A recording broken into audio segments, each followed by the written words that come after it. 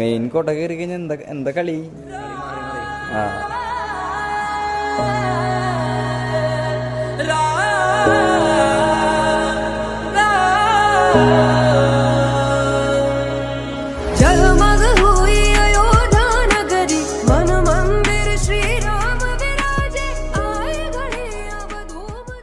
അപ്പുജി എന്തോട് നടക്കാൻ പോണേ?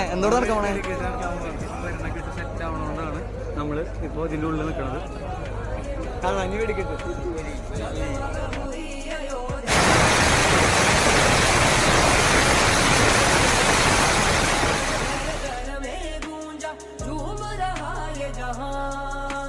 जगमग हुई अयोध्या नगरी प्रकट हुए श्री राम.